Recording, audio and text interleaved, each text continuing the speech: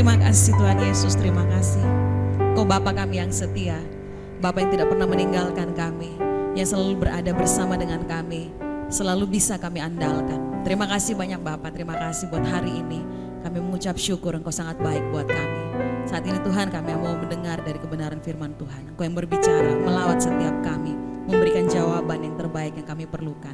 Di dalam nama Tuhan Yesus, kita semua sama-sama belajar dari kebenaran firman Tuhan. Mari kita katakan, amin. Silakan duduk semuanya.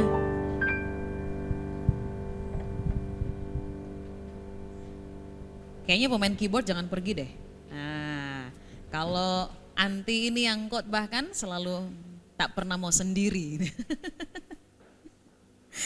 Oke, shalom semuanya. Wah, hari ini merupakan satu hari yang luar biasa buat saya. Ini pertama kali deh kayaknya ya. Saya bukan di prank kan Ibu Evi. Jadi enggak ya, memang itu ya. Ya, tapi saya happy banget. Wah, hari ini saya bisa WL kemudian lanjut khotbah dan Tuhan berikan sesuatu yang saya pikir sangat luar biasa menguatkan saya sepanjang kurang lebih 2 minggu ini ya khususnya. Karena di gereja kita saat ini sedang mempelajari surat Galatia. Nah, kalau bicara surat Galatia, siapa yang sudah 2 minggu ini mengikuti Grosel boleh angkat tangan? Yang tidak ikut angkat tangan dalam hati. Oke, jadi kita sudah 2 minggu mempelajari surat Galatia. Surat Galatia ini merupakan satu surat yang terkenal ya.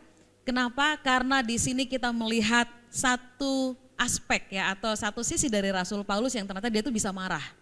Selama ini kalau dengar Rasul Paulus itu kan kayaknya orangnya ya tegas, tapi juga halus, lemah lembut. Tapi waktu kita bicara mengenai Galatia, yang terkenal di sana adalah bodoh, terkutuk.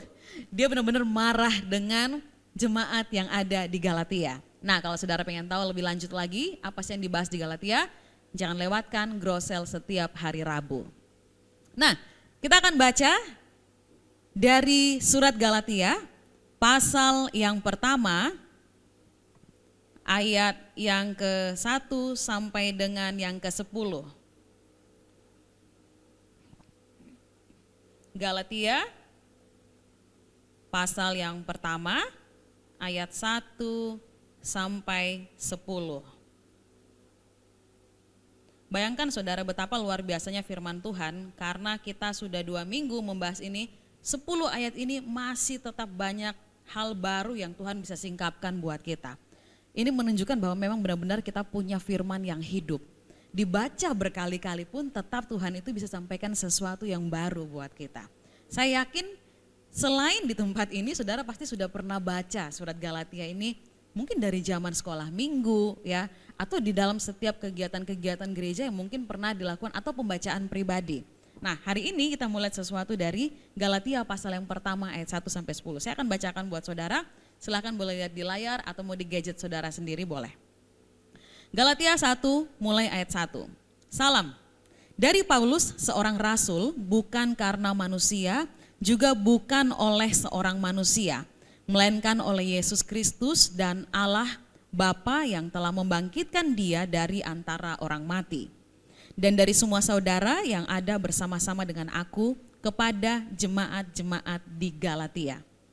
Kasih karunia menyertai kamu dan damai sejahtera dari Allah Bapa kita dan dari Tuhan Yesus Kristus yang telah menyerahkan dirinya karena dosa-dosa kita untuk melepaskan kita dari dunia jahat yang sekarang ini menurut kehendak Allah dan Bapa kita. Baginya lah kemuliaan selama-lamanya. Amin. Aku heran bahwa kamu begitu lekas berbalik daripada Dia yang oleh kasih karunia Kristus telah memanggil kamu dan mengikuti suatu Injil lain yang sebenarnya bukan Injil. Hanya ada orang yang mengacaukan kamu dan yang bermaksud untuk memutarbalikan Injil Kristus. Tetapi sekalipun kami atau seorang malaikat dari surga yang memberitakan kepada kamu suatu Injil yang berbeda dengan Injil yang telah kami beritakan kepadamu, terkutuklah dia. Seperti yang telah kami katakan dahulu, sekarang kukatakan sekali lagi. Tadi kita dengar Bapak Gembala bilang 2 kali diulang, berarti ini hal yang penting. perlu diperhatikan. Ini Rasul Paulus marahnya sampai 2 kali dengan menggunakan kata-kata yang sama. Seperti yang telah kami katakan dahulu, sekarang kukatakan sekali lagi. Jikalau ada orang yang memberitakan kepadamu suatu Injil yang berbeda dengan apa yang telah kamu terima, terkutuklah dia. Jadi bagaimana sekarang? Adakah ku cari kesukaan manusia atau kesukaan Allah? Adakah ku coba berkenan kepada manusia? Sekiranya aku masih mau mencoba berkenan kepada manusia, maka aku bukanlah hamba Kristus. Jadi ceritanya di sini Rasul Paulus ini benar-benar kalau kita membaca semua surat-surat Rasul Paulus, dia sangat peduli dengan kemurnian pengajaran yang disampaikan kepada jemaat. Dalam semua surat-surat Paulus ada satu hal yang selalu dia tekankan berulang-ulang. Waktu dia menuliskan surat kepada jemaat mulai dari Roma sampai Tesalonika, kemudian bagaimana waktu dia menguatkan Timotius dan juga Titus sebagai gembala, satu hal yang selalu dia ulangi berkali-kali, hati-hati dengan pengajaran. Hati-hati dengan pengajaran. Dia enggak sibuk dengan penyembahan berhala lah, setan lah, inilah itulah. Enggak ada. Tapi satu hal yang dia selalu bilang, hati-hati. Jangan sampai kamu lari dari pemberitaan Injil yang sebenarnya. Hati-hati dengan guru-guru palsu. Kalau saudara baca perjalanan Rasul Paulus ini benar-benar seperti satu petualangan. Ya, jadi kalau kita mau melihat isi suratnya itu dari surat-surat kepada jemaat, tapi kalau kronologisnya seperti kalau dalam tanda kutip ya, kalau kayak mau nonton filmnya itu baca Kisah Para Rasul. Nah, ada di satu bagian nanti saudara cari sendiri, Rasul Paulus memberitakan Injil ke satu kota, sebelum dia nyampe ke kota itu, guru-guru palsu ini sudah datang duluan. Untuk apa? Mulai sebarkan gosip dan membuat huru-hara di pasar. Jadi yang namanya saya nggak tahu ya kalau di Palembang ya, tapi kalau di Medan tuh yang suka bikin huru-hara itu namanya pemuda setempat. Di sini nggak ada ya pemuda setempat ya, nggak ada ya, mungkin pemuda yang lain gitu. Jadi Rasul Paulus ini setiap kali ada jadwal dia mau kemana, selalu ada orang-orang yang mencari tahu dia mau kemana. Kita duluan ke sana dan kacaukan. Selalu ada hal-hal seperti itu yang mengganggu pengajaran di dalam jemaat. Nah ternyata di Galatia ini bukan hanya sekedar diperingati tapi sampai dimarahi. Kenapa? Karena ternyata sudah ada yang melakukan, mulai termakan sampai Rasul Paulus bilang, kok kamu begitu bodoh sih sampai langsung berbalik seperti itu? Kenapa sampai begitu cepat kamu berbalik? Kalau di tempat lain baru diperingati, hati-hati, hati-hati, hati-hati. Di sini langsung dimarahi. Berarti ada satu penyimpangan yang sudah terjadi di Galatia. Ini berkaitan dengan guru-guru palsu yang mengatakan bahwa mereka untuk selamat perlu melakukan satu ritual yaitu sunat. Ya, jadi ini kita membahas dulu latar belakang. Di Galatia ada permasalahan seperti itu. Ada guru-guru palsu yang datang ya, yang menyampaikan pengajaran-pengajaran yang mengatakan bahwa ya kalau kamu mau selamat, biar selamatmu itu 100%, biar full, gak bisa, gak cukup hanya percaya Tuhan Yesus. Tapi kamu juga harus melakukan seperti apa yang dilakukan oleh agama Yahudi, yaitu kamu perlu disunat. Nah, berbicara mengenai sunat ini sebagai salah satu ritual atau tradisi yang dijalankan oleh agama Yahudi. Sementara pada masa itu banyak orang-orang dari bangsa-bangsa lain yang sudah mulai mendengar tentang berita Injil. Dan mereka mulai digoyahkan. Oh ya, ternyata Yesus saja tidak cukup ya. Yesus plus plus. Yesus plus perbuatan. Yesus plus apa yang harus saya lakukan. Baru bisa 100% keselamatan itu. Nah, ini yang terjadi di tengah-tengah jemaat di Galatia. Jadi berbicara mengenai Injil yang lain ini, saudara, ini bukan bicara tentang satu pengajaran yang benar-benar berbeda. Bukan. Tetapi yang sepertinya mirip. Dari awalnya mirip. Tapi makin ke belakang, makin jalan, ternyata kok ujungnya beda. Awalnya sama-sama nih omongnya Yesus. Tapi ternyata makin ke belakang kita jalan, loh ujungnya kok beda. Ujungnya kok sampai pada perbuatan. Nah, saudara, kalau kita melihat seperti ini, kalau kita melihat ya, saya yakin seyakin-yakinnya bahwa kalau kita bicara bahwa kita percaya kepada Yesus dan keselamatan kita benar-benar hanya bergantung kepada Dia. Di sini siapa yang setuju? Atau yang lain kurang-kurang setuju? Nah, kemarin saya sama Bapak Gembala ketemu dengan orang yang begitu luar biasa mempertahankan, iya tapi tergantung juga dengan kita Pak. Nah, Itu benar-benar satu pembicaraan yang membuat saya juga agak-agak kurang bisa tidur jadinya gara-gara pembicaraan itu. Kalau bicara tentang Yesus kita semua setuju. Permasalahannya adalah mungkin pada masa ini, pada zaman now, kita bukan terdistraksi dengan sunat, ya. Tapi mungkin ya ada hal-hal lain yang esensinya sama, yang akhirnya membuat kita mulai berpikir ya tanpa kita sadari, memang betul Yesus, tapi dalam perjalanan berikutnya sepertinya Yesus saja tidak cukup. Harus tambah yang lain sebagai jaminan supaya saya benar-benar secure dengan keselamatan ini. Sekarang isunya mungkin bukan sunat, ya, tapi ada hal-hal yang lain yang membuat kita merasa harus lakukan sesuatu supaya saya benar-benar bisa yakin. Jadi ritualnya berbeda, tapi esensinya sama. Ini yang dimaksudkan dengan Injil yang lain. Tidak lagi berfokus kepada Yesus saja, tetapi Yesus ditambah sesuatu. Kadang-kadang kita dengar ya, entah khotbah atau baca buku atau apapun. Wah kayaknya bagus nih tentang Yesus juga. Tapi ujungnya kemana? Jangan-jangan membawa kita bukan lagi berfokus pada salib Kristus, tapi pada perbuatan. Mungkin bukan sunat. Entah apa yang sekarang. Yang tahun 2022 ya lagi happening. Itu bisa berbicara, itu masih bicara tentang hal yang umum, ya. Tetapi waktu kita tarik kepada diri kita sendiri. Seperti saya bilang tadi, sunat sekarang bukan masalah yang besar, tapi waktu kita tarik kepada diri kita sendiri. Jangan-jangan tanpa kita sadari, kita juga sedang melakukan hal itu dalam kehidupan kita. Waktu kita berkumpul seperti ini, ya, semua setuju, ya.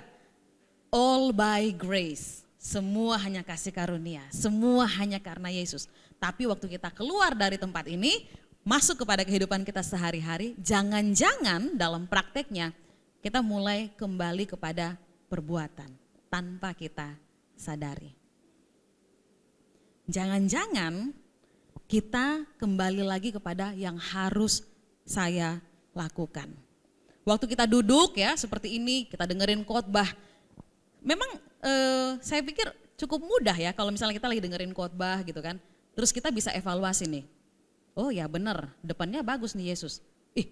Mulai poin berikutnya udah mulai enggak Yesus. Nah waktu kita evaluasi itu kita bisa gitu loh.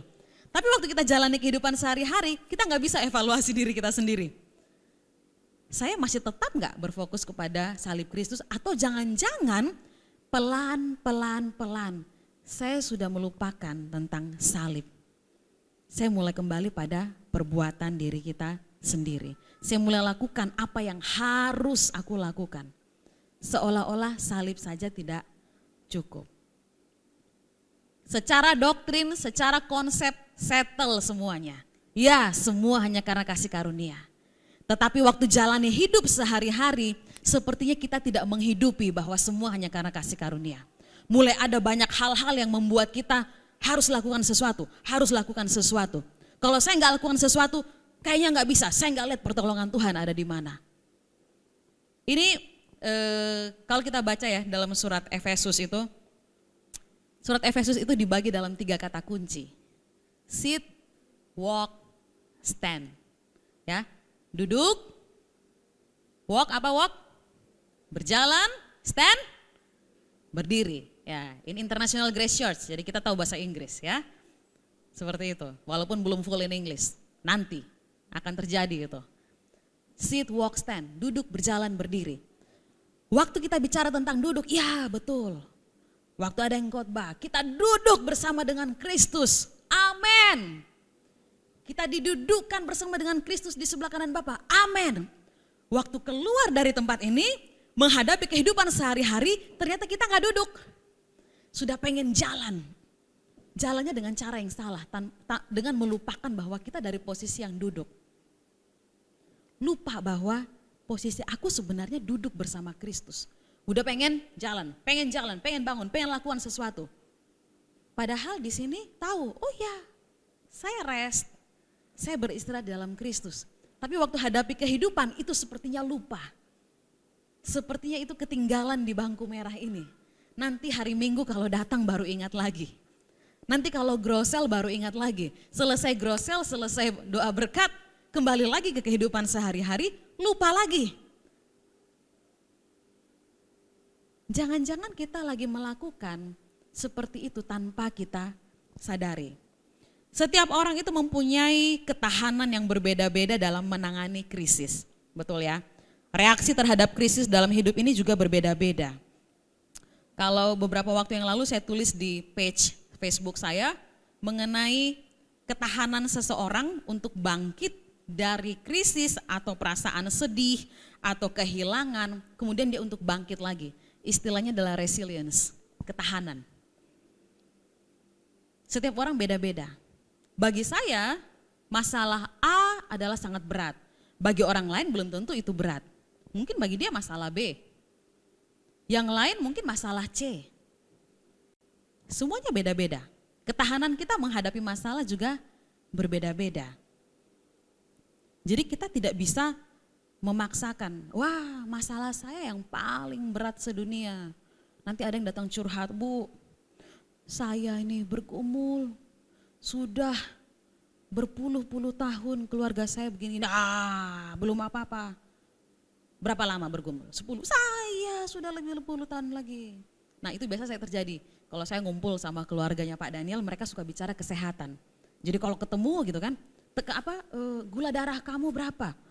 Lumayan tinggi loh, 200, belum apa-apa saya kemarin 400. Jadi kita kadang-kadang membanggakan mana yang lebih menderita. Mereka nggak dengar lah ya khotbah ini ya, enggak kan. Kadang-kadang kita merasa masalah kita paling berat sedunia. Ketahanan kita berbeda-beda. Tapi di tempat ini saya mau tanya deh, kita familiar nggak dengan istilah rest? Rest. Ya familiar ya. Apa bahasa Indonesianya rest? Nah, beristirahat. Modom, bukan ya Pak? Bukan modom ya. Rest. Nah, beristirahat, ya beristirahat. Kira-kira kalau kita dengar kata rest itu dalam bayangan saudara, kalau rest itu yang seperti apa sih? Beristirahat itu yang seperti apa? Coba, beristirahat. Pakai celana pendek, kaos yang longgar, rebahan, ada AC, ada gorengan di samping atau jus belimbing lah. Kita hari-hari ini lagi banyak sekali jus belimbing. Kan, jus belimbing dingin, baca buku, wah itu saya banget itu. Kayak gitu. Baca buku tanpa gangguan apapun. Itu saya. Nah, itulah rest bagi saya ya. Kalau namanya santai itu kayak gitu. Jangan ganggu dengan apapun atau kasih saya remote TV biar saya nonton dulu drama-drama Korea saya. Nah, itulah rest. Mungkin bagi yang lain restnya itu beda. Matikan lampu, ya, selimutan, kasih AC yang dingin, itu rest. Mungkin ada juga yang lain. Rest adalah ke mall, dari satu toko ke toko yang lain, itulah rest. Jadi kita punya definisi rest itu yang berbeda-beda. Kalau rest yang lain mungkin adalah scroll Instagram, lihat tempat makan di mana yang lagi happening, langsung pergi. Kalau Desmin restnya gimana? Live. Jadi kita punya rest yang berbeda-beda. Rest bagi kita. Tapi dalam Alkitab, restnya itu seperti apa yang dilakukan oleh Rasul Paulus. Rasul Paulus bilang, aku bekerja lebih keras dari mereka. Dan kehidupan Rasul Paulus nggak ada dari satu mall ke mall yang lain. Apalagi minum jus belimbing, nggak kenal sama Ibu Evi dia, nggak dapat jus belimbing dia. Apalagi nonton drakor, enggak. Kehidupan Rasul Paulus dari satu kota ke kota yang lain ketemu dengan orang-orang yang rese, yang mau lempari batu, ditenggelamkanlah, kemudian dicambuk, segala macam. Tapi dia bisa bilang bahwa justru di dalam kelemahan kasih karunia itu menjadi sempurna. Aku bekerja lebih keras. Pak Daniel, sini Pak Daniel. Rest ya, rest. Saya kan lagi khotbah nih ya. Udah nyanyi ngegas 4 lagu loh ya. Kemudian khotbah. Kadang-kadang mau batuk tapi ditahan. Jadi kira-kira dengan sepatu saya yang agak kurang nyaman ini, Saya khotbah, saya sambil sandar. Nah, jadi saya bisa ngomong gini. Berat badan saya ditopang sama dia. Jadi enteng. Saya mau berdiri begini 1 jam, gak masalah. Rest. Tapi saya masih tetap bisa berkhotbah, sampaikan firman dengan semangat. Kita tetap, jangan pergi, belum. Kita tetap produktif, tapi bukan dengan kekuatan sendiri. Waktu misalnya saya bisa ngomong dengan berat badan saya taruh di sini. Yang nopang saya mimbar ini. Wah, lega banget nih kaki. Tidak lagi menopang berat badan saya di sepatu ini. Rest. Bukan berarti rest itu adalah kita ignorance. Oh, nanti aku panggil lagi deh, duduk dulu. Kadang-kadang kita pikir rest itu masa bodoh. Masalah sudah terlalu banyak, Tuhan, aku gak mampu lagi. Rest. Apa? Masa bodoh, mau jadi apa jadilah itu. Whatever will be, que sera. Whatever will be. Udah terlalu berat Tuhan, ancur lah situ. Suka kau lah Tuhan. Nah itu gaya orang Medan ya, suka kau lah, suka kau lah Tuhan. Kau yang bikin, kau bereskanlah itu. Rest gak seperti itu. Rest bukan masa bodoh. Rest bukan menyerah. Rest adalah ya Tuhan, ini memang berat banget. Aku gak mampu, Tuhan tolong aku lewati ini. Jalan lagi. Rest bukan lemparkan semua. Rest bukan masa bodoh, rest bukan ignorance. Tidak mau tahu. Rest justru semakin bertanggung jawab, makin bersemangat karena kita tahu kita lakukan bukan dengan kekuatan sendiri. Tapi ada Yesus yang selalu menopang, ku mau selalu bersyukur. Kan gitu. Itulah rest kita. Kesalahpahaman selama ini orang melihat kata rest adalah karena rest dia. Malasnya lebih dari sebelum tahu kasih karunia. Sebelum mendengar tentang berita kasih karunia, orangnya udah malas. Tambah sekarang dengar ada rest lagi, malasnya makin luar biasa. Biar Yesus yang kerjakan semua. Karena ada firman Tuhan katakan, sia-sialah bangun pagi-pagi. Ya, bekerja sampai malam. Karena Tuhan memberkati orang yang dikasihinya saat tidur. Saudara jangan ketawa ya. Ada orang yang memahami ayat itu dan bilang, aku dan keluargaku, kami lomba loh bangun paling siang siapa. Gawat gak kayak begitu? Satu keluarga. Karena melihat rest dari sudut pandang yang salah. Pakai ayat lagi dan bilang, kami sekeluarga lomba, siapa yang bangun paling siang? Kan Tuhan memberkati saat kami tidur. Tidurnya benar-benar dia tidur. Gak ngapa-ngapain. Rasul Paulus gak pernah kasih teladan seperti itu. Rasul Paulus sangat produktif dalam apa yang Tuhan percayakan untuk dia kerjakan. Saudara dan saya, kita masing-masing punya posisi, punya sesuatu tanggung jawab yang Tuhan percayakan untuk kita kerjakan. Bagaimana cara kita meresponi apa yang Tuhan percayakan itu? Rest kita yang seperti apa? Apakah memang ya Tuhan, ini memang terlalu besar, aku gak mampu, tapi aku lakukan dengan kekuatan dari Engkau. Atau rest kita adalah, aduh Tuhan terlalu berat, udahlah jadi apa jadilah situlah. Suka mulah Tuhan. Apakah kita jadi orang yang ignorance, masa bodoh, gak mau tahu? Rest seperti apa yang kita pahami selama ini? Hubungannya dengan Galatia tadi apa? Kita lihat yang harus aku lakukan gak? Karena kalau melihat apa yang harus aku lakukan, gak ada yang bisa. Kita lupa apa yang Yesus sudah kerjakan di atas kayu salib. Kita lupa apa yang Yesus sudah selesaikan bagi kita. Sehingga kita kembali lagi lihat, aku harus apa. Kita bukan hebohin sunat sekarang. Tapi esensinya sama, kembali lagi ke diri kita sendiri. Dan akhirnya apa? Karena gak bisa, udahlah masa bodoh lah. Hancur lah situ. Ignorance. Kenapa seperti ini. Karena manusia, kita ngomong kalau bilang kita percaya Yesus, kita percaya. Permasalahannya adalah kita sulit untuk memegang sesuatu yang tidak kelihatan. Sebaliknya, sekalipun kita secara doktrin, konsep, semua bagus. Tapi waktu ada sesuatu yang bisa diresponi dengan panca indera kita, langsung goyang. Contoh ya. Saudara ingat cerita waktu Tuhan Yesus bertemu dengan seseorang yang anaknya sakit. Kemudian orang ini bilang, Tuhan tolonglah, aku percaya, tolonglah aku yang apa? Yang tidak percaya, ya. Tuhan, aku percaya, tolonglah aku yang tidak percaya. Bukankah ini juga sering terjadi sama kita? Tuhan, aku percaya, nyanyi lagi. Allahku kan memenuhi keperluanku menurut kekayaan dan kemuliaannya. Aku percaya Tuhan. Tapi masalahnya percayanya kita itu pada sesuatu yang rasanya kok abstrak ya. Aku gak bisa pegang, ini Yesus di mana sih?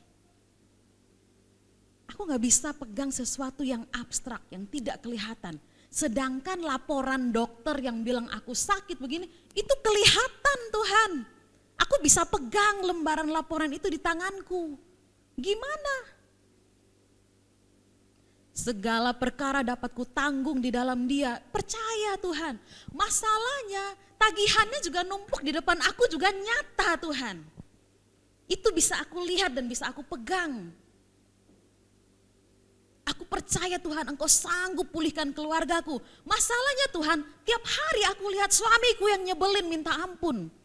Pagi aku lihat muka dia, malam aku tidur muka dia juga yang paling terakhir aku lihat. Kita seperti percaya sesuatu yang tidak kelihatan. Sementara tantangan itu di depan kita kelihatan banget, nyata. Yang mana? Waktu kita lihat sesuatu yang bisa diresponi oleh panca indera kita ini, kadang-kadang kita tuh udah gak bisa rest lagi. Rest yang kita omong dalam suasana yang begini, wah harmonis, semua kudus, rasanya kita ada lingkaran halo di sini ya. Kayaknya itu waktu hadapi semua hal-hal yang nyata yang bisa kita dengar, yang bisa kita pegang, yang bisa kita rasakan, bisa kita sentuh. Kayaknya hilang semua konsep itu. Restnya hilang, nggak rest, stres jadinya. Kembali lagi pada perbuatan. Harus gimana ya, harus gimana ya, harus gimana ya, ini gimana ya, ini gimana ya. Lupa tentang waktu kita berkumpul seperti ini. Kita bisa katakan, aku mau selalu bersyukur, Kau Tuhan yang selalu menopang. Tapi waktu hadapi semua itu, kita gak bisa seperti benar-benar katakan, iya Engkau yang selalu menopang. Rasanya beban itu terlalu nyata. Apakah kita melihat beban itu, yang nyata itu, yang kayaknya benar-benar fakta itu sebagai kebenaran? Ingat ya saudara, fakta tidak sama dengan kebenaran. Amin. Kebenaran kita adalah apa yang firman Tuhan katakan. Fakta boleh ada. Dan saya tahu kita semua punya masalah masing-masing. Dengan kadar kemampuan kita menangani masalah masing-masing. Saya gak bisa paksa saudara percaya seperti saya percaya. Saudara juga gak bisa memaksa saya percaya sebagaimana saudara percaya. Percaya Bu Olive. Semua akan baik-baik saja. Iya memang baik-baik saja. Tapi bagaimana ini, bagaimana itu. Saya mungkin bisa kuatkan. Sarah gak masalah, Tuhan Yesus baik. Iya Bu Olive, memang Tuhan Yesus baik. Tapi ibu gak hadapi yang saya hadapi. Bukankah kita selalu ada dalam posisi seperti itu? Sesuatu yang bisa kita responi dengan panca indera seringkali menggoyang apa yang kita tahu di sini dan di sini. Akhirnya apa, kita jadi orang Kristen yang galau jadinya. Benernya ini Tuhan? Sudah benernya aku percaya Engkau? Cukupkah aku percaya Engkau? Atau jangan-jangan aku harus melakukan sesuatu? Kita bukan sedang diajar oleh guru-guru palsu seperti jemaat di Galatia. Tapi jangan-jangan kita sendiri gak settle di hati. Kita sendiri galau. Apa iya Yesus cukup? kok kayaknya faktanya tidak seindah yang dikhotbahkan ya. Pada akhirnya semua bisa kasih nasihat, tapi kan yang hadapi aku. Semua bisa kuatkan, kasih ayat dari Kejadian sampai Wahyu, tapi yang harus selesaikan ini aku. Coba tanya kembali, apakah kita duduk di dalam peristirahatan itu? Apakah kita bisa duduk seperti kita sebenarnya di dalam Kristus? Seperti yang firman Tuhan katakan. Itu kebenarannya. Kita bukan hidup berdasarkan fakta. Kita hidup berdasarkan apa kata firman Tuhan. Amin. Kalau saudara gak bisa amin pun gak apa-apa. Tapi saya mau bilang, hidup saudara bukan berdasarkan fakta. Tapi kebenaran. Kebenarannya di mana? Firman Tuhan. Coba F. Ketinggian ya. G.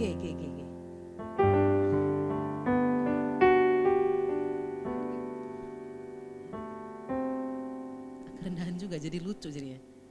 Tuh pujian yang bilang, hidupku hanya ditentukan oleh perkataanmu. Kalau hidup kita ditentukan oleh perkataannya Tuhan, kita kasih porsi yang lebih besar itu di mana? Pada apa yang bisa kita lihatkah? Yang bisa aku dengarkah? Yang bisa aku sentuhkah? Atau apa yang firman Tuhan bilang yang rasanya abstrak itu tadi? Yang kayaknya gak bisa aku pegang itu tadi. Sampai aku harus bertindak lagi. Seperti orang-orang di Galatia yang galau dengan keselamatannya. Saya gak bisa paksa saudara percaya seperti saya percaya. Begitu juga sebaliknya. Tapi hari ini saat kita bersekutu bersama-sama di tempat ini, fungsinya untuk apa? Untuk kita saling kuatkan, saling mengingatkan kembali. Memang saya nggak bisa merasakan pergumulan saudara seperti saudara melaluinya, begitu juga sebaliknya. Tapi satu hal yang sama buat kita semua, yaitu bahwa hidup saya dan saudara aman di dalam Kristus. Ini bicara mengenai hubungan. Hubungan saya dengan Tuhan tidak sama dengan bagaimana Ibu Evi menjalani hubungan dengan Tuhan. Tidak sama dengan Mama Juan menjalani hubungannya dengan Tuhan. Tidak sama dengan bagaimana pengalaman pribadi Pak Yoel bersama Tuhan. Cuman kita percaya pada Tuhan yang sama. Dan janji Tuhan sama buat kita semua bahwa kita aman di dalam Dia. Amin. Perjalanannya beda-beda saudara. Tapi Tuhannya sama. Dan firman Tuhan itu sama buat kita semua. Kita buka Kolose pasal 1. Kolose 1 ayat 1 sampai 3. Saya akan minta bantuan Pak Daniel, tolong bawa tas. Kolose 3 ayat 1 sampai 3. Tasku aja. Nah, tasku aja. Oke, saya baca buat saudara. Karena itu, kalau kamu dibangkitkan bersama dengan Kristus. Siapa di sini yang sudah dibangkitkan bersama dengan Kristus? Amin. Karena itu, kalau kamu dibangkitkan bersama dengan Kristus, carilah perkara yang di atas, di mana Kristus ada, duduk di sebelah kanan Allah. Kata carilah di sini adalah penasaranlah, galilah, pelajarilah lebih lagi tentang hal-hal yang di atas. Apa? Tentang Kristus yang duduk di sebelah kanan Allah. Kristus duduk, rest, karena pekerjaannya sudah selesai. Roma katakan, Efesus katakan, saya dan saudara didudukkan. Kita tuh didudukkan bersama dengan Kristus. Artinya adalah karena itu, kalau kamu dibangkitkan bersama dengan Kristus, carilah perkara yang di atas, di mana Kristus ada, duduk di sebelah kanan Allah, dan aku pun duduk bersama Kristus di sebelah kanan Allah. Itu yang perlu kita cari. Pikirkanlah perkara yang di atas, bukan yang di bumi. Memang betul, ada laporan kesehatan yang gak enak buat kita. Memang betul, tagihan jalan terus. Memang betul kita akan selalu hadapi orang-orang yang tidak menyenangkan di sekitar kita. Tapi firman Tuhan hari ini katakan pikirkan yang di atas, bukan yang di sini. Kelihatannya gak nyambung Tuhan. Yang aku hadapi setiap hari tuh di sini loh. Yang bisa aku lihat, yang bisa aku dengar, yang bisa aku sentuh. Bisa aku cium baunya. Orangnya masih 10 meter udah kecium hadiratnya sampai sini. Datang dia. Ada hal-hal yang tidak menyenangkan. Tapi firman Tuhan bilang, pikirkan yang di atas. Oh ya, Kristus duduk. Dan aku duduk bersama dengan dia. Di dalam peristirahatan itu. Di dalam rest itu. Waktu kita tahu, ya aku rest ya. Hadapi semua setiap hari dari peristirahatan. Sebab kamu telah mati dan hidupmu tersembunyi bersama dengan Kristus di dalam Allah. Sebab kamu telah mati, katakan aku telah mati. Agak kuat dong, aku telah mati. Tapi ya, yang mati ini ternyata kita hidup. Karena hidupmu tersembunyi bersama dengan Kristus di dalam Allah. Saya cari kata tersembunyi ini artinya apa sih? Ibu-ibu biasanya tahu, tapi saya nggak tahu lah ibu-ibu di sini ya. Tersembunyi itu conceal. Jadi biasanya kalau kita kurang tidur, biasanya ada mata panda di sini kan, agak hitam di sini. Lalu dikasihlah concealer itu, ditutup supaya tidak ada lingkaran hitamnya lagi. Ibu Evi pas berapa hari lalu pakai timun Bu ya, biar seger matanya. Nah, jadi ini nih kata yang sama dipakai di sini. Sebab kamu telah mati dan hidupmu tersembunyi bersama dengan Kristus di dalam Allah. Saya kasih ilustrasi sebelum kita tutup. Katakan ini kita ya. Sebab kamu telah mati, hidupmu tersembunyi bersama dengan Kristus. Ini Kristus ya, buku ini Kristus. Oke, aku telah mati, hidupku tersembunyi bersama Kristus. Saudara bisa lihat gak pennya? Gak bisa kelihatan ya, yang kelihatan bukunya, ya kan? Tersembunyi bersama dengan Kristus di mana? Dalam Allah. Oke, Allah lebih besar lagi. Tas.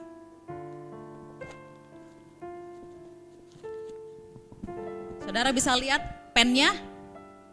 Enggak. Saudara bisa lihat buku tadi? Yang kelihatan siapa? Allah. Ya.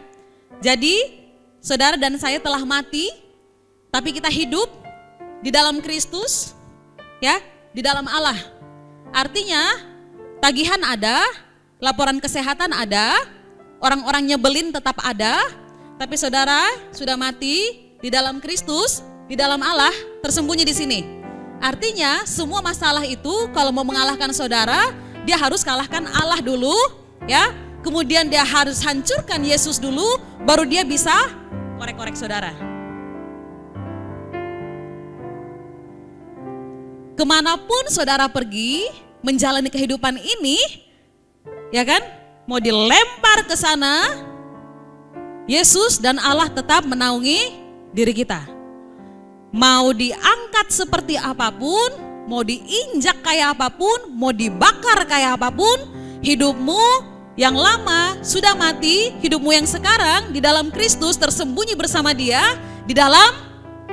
Pertanyaan saya, siapa bisa kalahkan Yesus?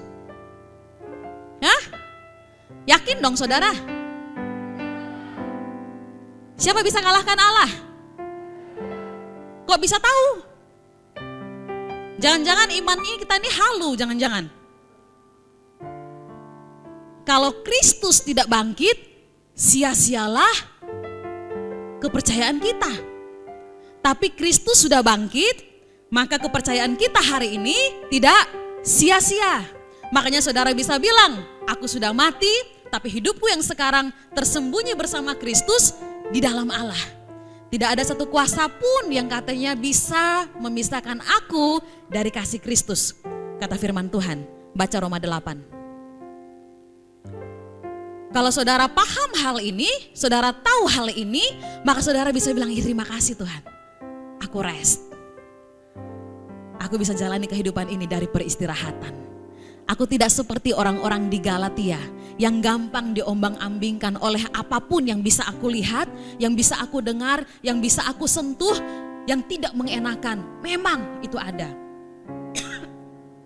Tapi hidupku yang sebenarnya adalah seperti apa kata firman Tuhan. Bahwa aku sudah mati, tapi hidupku tersembunyi bersama Kristus di dalam Allah. Dan kalau Allah yang menjadi jaminanku, yang memeluk aku, maka tidak ada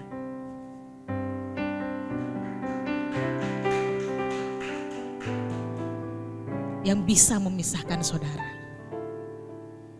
Saudara mau lompat kayak apapun, aku gak mau Tuhan-Tuhanan lagi. Aku mau keluar, aku gak percaya Yesus lagi. Cobalah. Lebih besar mana saudara sama Allah? Masalahmu? Tagihanmu? Orang-orang yang nyebelin? Minta tisu dong, oh ada tisu sini.